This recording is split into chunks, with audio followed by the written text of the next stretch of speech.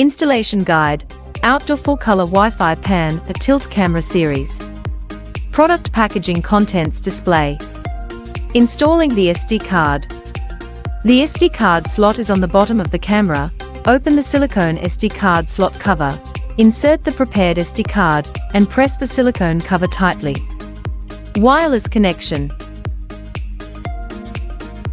After powering on the camera, scan the QR code on the top and click Add.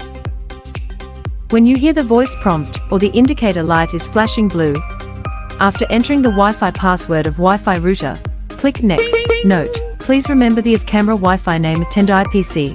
It takes 2 steps to connect to the camera Wi-Fi.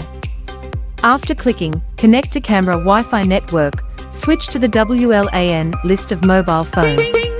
After connecting to the Wi-Fi starting with Tenda PC, please manually return to the app.